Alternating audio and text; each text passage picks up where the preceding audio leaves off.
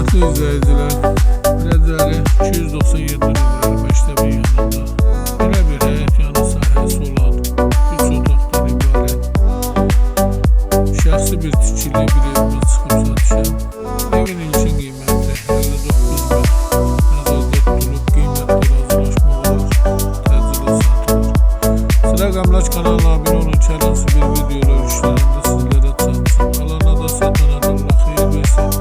Başqa hər bir qiymət evlərimiz var, istənilən vaxt əlaqə saxlaya bilərsiniz. Əgər sizlərin hər hansı bir satış təminatçınız varsa bizə müraciət edin, qısa bir zamanda satışına köməklik göstərək. Göründüyü kimi şəxsi bir tikilidir. Məktəbə, yola, ploşada yaxın bir məsafədə.